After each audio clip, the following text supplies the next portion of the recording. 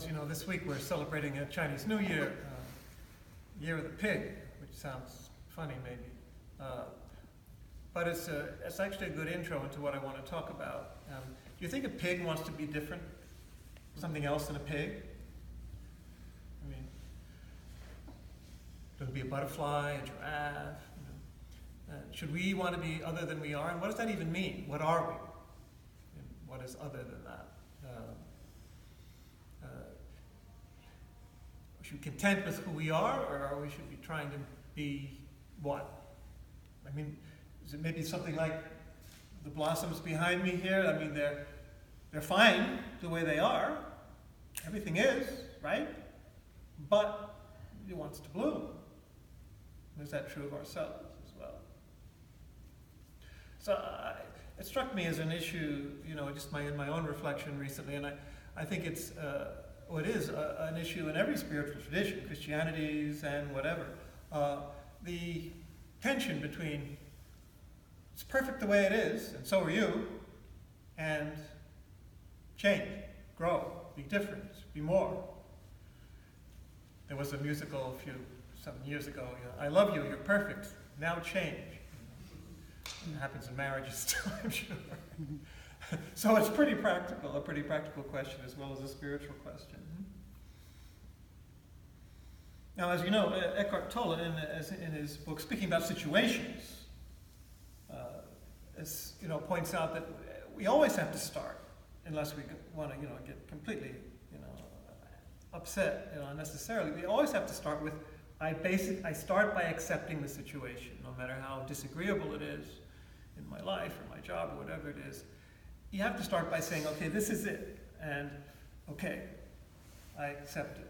Now, within that realm of peaceful clarity, then, as he points out, you can either learn to enjoy, accept, the situation as it is, see hidden aspects that you weren't able to see in your clouded emotions before, or change it.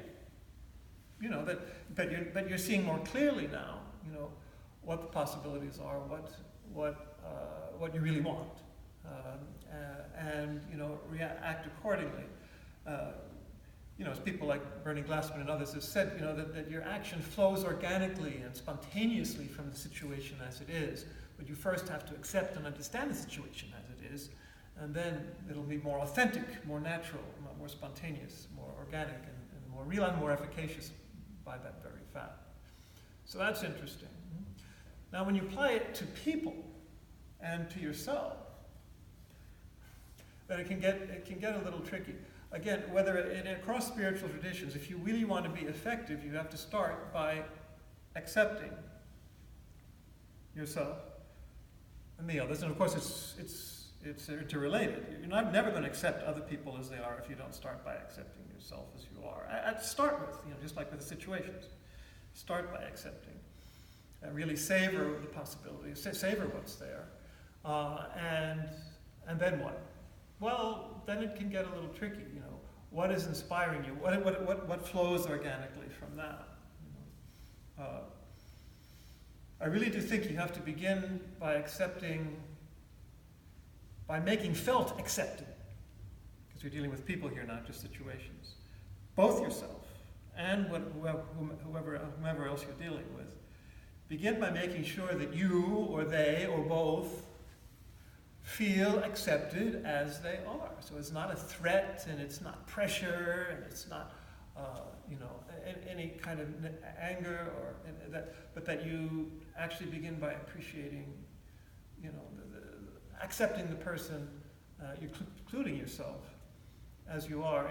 Interesting, in the Conversations with God, that series by Neil Donald Walsh, which I like very much, he often has God say, whatever it's worth, but he often has God say, but I don't have a will for you to do this or that. I want you to just be be the version of yourself that you really want to be. And of course, you can see how that would evolve as you, once accepting yourself, or feel you're accepted by God or the world or yourself even, then you can grow, blossom in ways that are organic and real, and you're not threatened by it. You have the optimism and the confidence to be able to do that. To do what? I mean, how should you grow? I mean, what should you want? I think especially in Christianity we've had this sense of pressure to become perfect in some abstract or preconceived way, and that can be really dangerous and counterproductive. The Brenda Shoshana, the Jewish Zen teacher and practitioner who has spoken here and has spoken in Manhasset and other places, she sends out an email at least once a week, with some reflections and koans, etc. And she had one a few weeks ago that she titled "The Brave One," about the conflict or the tension between your real and your ideal self.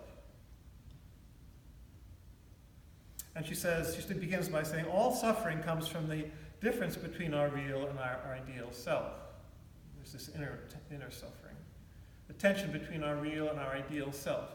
Now, from a certain unexamined perspective, you could a priori think that your real self is this thing that has to change, with all its faults and stuff. And your ideal self is what you have to become. Wrong. It's exactly the opposite. Your real self is what you really are. You can discover that. And you discover that you really are it already. You just have to get the garbage out of the way. And the ideal self is the threat. Because who determines that ideal self? Society? Your parents? Your religion? Your own unexamined expectations? Or desires even, that aren't really coming from a deep enough place. The ideal self is a construct. And will get in the way of what your real self is. She says your real self is happy and free, at least down far enough it is. It accepts itself and others, not based on comparison and blame, because think about it, our ideal self is often based on comparison and blame. Whether we feel it from others, or we do lay it on ourselves, or we lay it on them. And you don't, the thing is, things and people are what they are without comparison, and should be accepted that way. Our ideal self is an image we create. It's a projection. It's just shadow and fog. And is fueled by the approval of others, very often.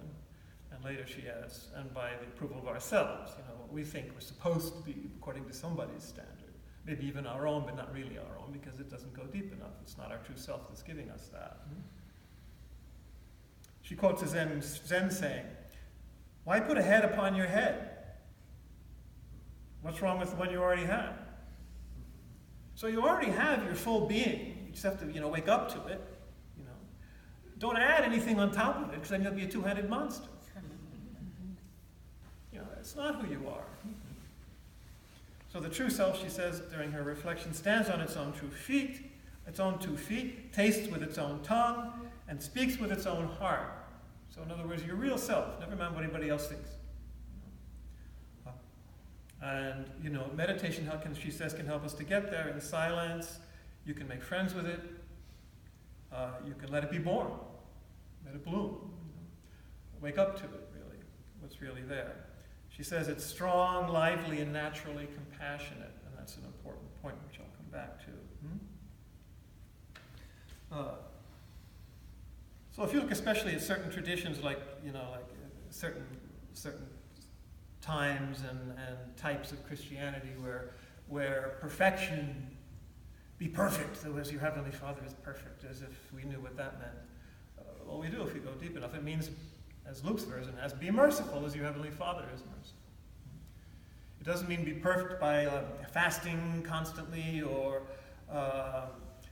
fulfilling every rule and thereby feeling superior, or never having a sexual thought. You can have perfect continence, and all these things which make Pharisees and not saints, which make insufferable and hard and unmerciful people. The Desert Fathers had a saying like that too.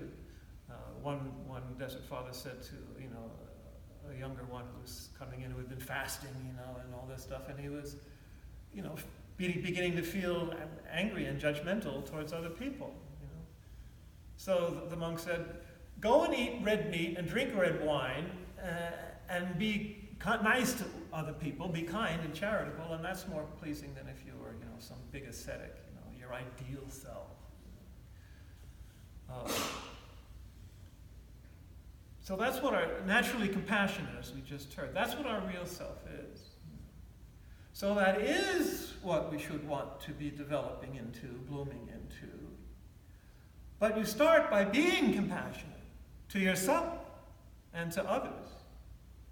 And discovering, after all, that it's not so hard because it's who you are. It's naturally compassionate. So that's where perfection comes in, interestingly enough. Real perfection, your true self, your real self, is this compassionate, loving, wise, humble, patient, all the great qualities which all the traditions recognize. And you won't get there by being morally perfect, as I've just been explaining.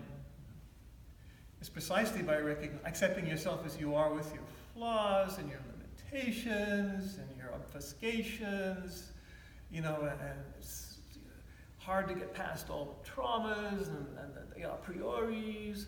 But once you have compassion on that, then you can actually begin to feel the compassion which is underneath it all and through it all and permeates it all and extend it out to others.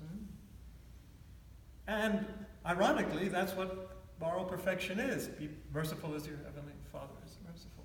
It's the compassion which is, the bodhisattva great characteristic. And that's what we naturally are when we go down deep enough. So as Richard Rohr and others have been saying very well, we don't get there by doing it right. We get there by doing it wrong. In other words, when we recognize, our limitations and have compassion on them, then we realize, oh, that's what it's all about anyway. That's who I am anyway. Compassion towards myself and others, and that's what spreads into the world. And that's what changes the world. That's what change really means. Rediscovering the compassion which is the energy of the universe, and letting it flow out towards others naturally, as it does. So as Leonard Cohen sang, there's a crack in everything, and that's how the light gets in. And it's through your weakness that you actually learn compassion, not through your strength. And of course, don't have to be looking for weakness; you'll find it. And that's what transforms you. As St. Paul said, it's when I'm weak, he realized after asking the Lord for strength to fight against this or that, whatever it was. He said, no, my grace is sufficient for, strength is made perfect in weakness. So Paul said, so it's when I'm weak that I'm strong. I'll glory in my weaknesses. Because that's how I learn compassion and truth and patience and love and wisdom and humility and all those things, which, as I say, ironically enough, are who we really are and what moral perfection is anyway. So that's the answer to accepting things as they are and growing, because if you accept things in yourself and others as they are, that's precisely when they grow into being who they fully are, which they are already, but they don't know it. And even people who are doing the bad things, quotes, who are self-destructive, for example, you have to start by showing the compassion, by making them feel accepted. And then that compassion, you begin to make them have compassion on themselves and love themselves because they are loved and are receiving compassion. And they'll change. But again, changing only to discover or rediscover who they really are anyway, which is that fount of compassion and love. So they don't have to change, they just have to wake up to who they really are. So I think that's how we can better understand, some of these things. To discover, again, just to re-quote Merton, whom I often quote this wonderful passage, people discover that, there's a pure diamond. This is a very Tibetan and, other Buddhist image. The pure diamond within that we all are, blazing with invisible light. It's in everybody. And if we could see it, we would see these billions of points of light. Each one is a blazing point of light already, of love and joy and peace. Coming together in the face and blaze of the sun, it's all one. That would make all the darkness and cruelty of life vanish completely. And this is inaccessible to, as he says, the brutalities of our own will or the fantasies of our own mind. So not only do we discover this blazing diamond at the center of everything, which is love and compassion and joy, but we're all one. Another reason to be compassionate, because we're being compassionate on ourselves. We're all one. It's just one love, one Christ loving himself, as St. Augustine said. It's all the Buddha. It's all the reality, simple reality. And it involves our whole being, too. Eckhart Tolle explains it at the end of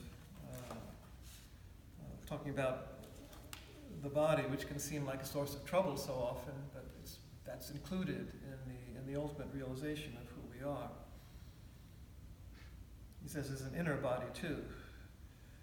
The body that you can see and touch is only a thin, illusory veil. Underneath it lies the invisible inner body, the doorway into being, into life unmanifested, just like Merton was saying.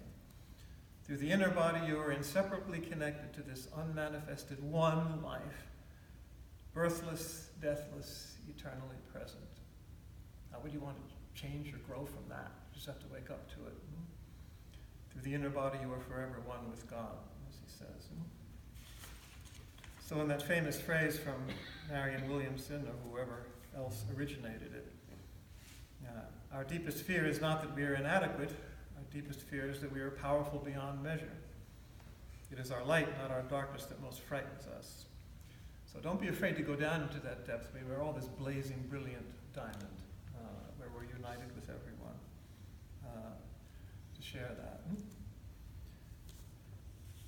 So I conclude by presenting it in this one way that I discovered in a documentary I was watching called I Am.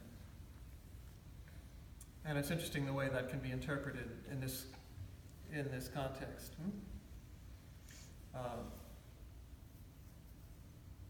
It quoted back, I think it was the New York Times or some paper back at the beginning of the 20th century that wanted to ask a few famous authors what they thought was wrong with the world. They wanted a little essay, what's wrong with the world. And G.K. Chesterton wrote back, I am. Well, and all the trouble, is in us, We have to get beyond that little ego with all its pretensions and projections and all that other stuff that we compassionately, deal with. But we do grow beyond and move beyond that. But you do it by realizing your oneness with all, and that was the point of the whole documentary, scientifically and all other ways showing how we're all connected, at every possible level of energy. And when we wake up to that, who we really are, and that blazing diamond light that we're all one, that blazing sun, that one unmanifested life, as we just heard from Eckhart Tolle, then we can say it in a whole new way. I am. You can actually make that meditation as the yogis do. So, I am. Or, yeah, in Hebrew, you're connecting with that one life, that one reality. And say it now in that way. And you can't become any more or better or different from that. Basically because you already